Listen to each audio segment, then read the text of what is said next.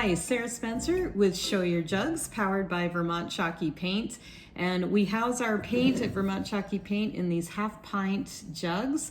And instead of throwing them away in the landfill, we repurpose them into these beautiful decorative tea lights. So I'm going to show you exactly how this goes with my unbagging, and we'll take you through the steps of how to make this beautiful lamp in about under 15 minutes. Have fun.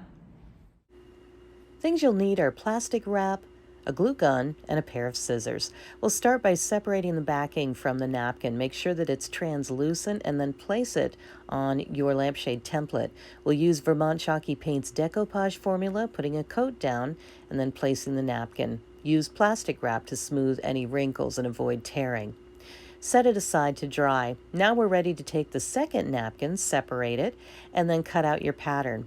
If the napkin doesn't lay on the curve of the jug, just simply cut slits in the top and it should lay just fine.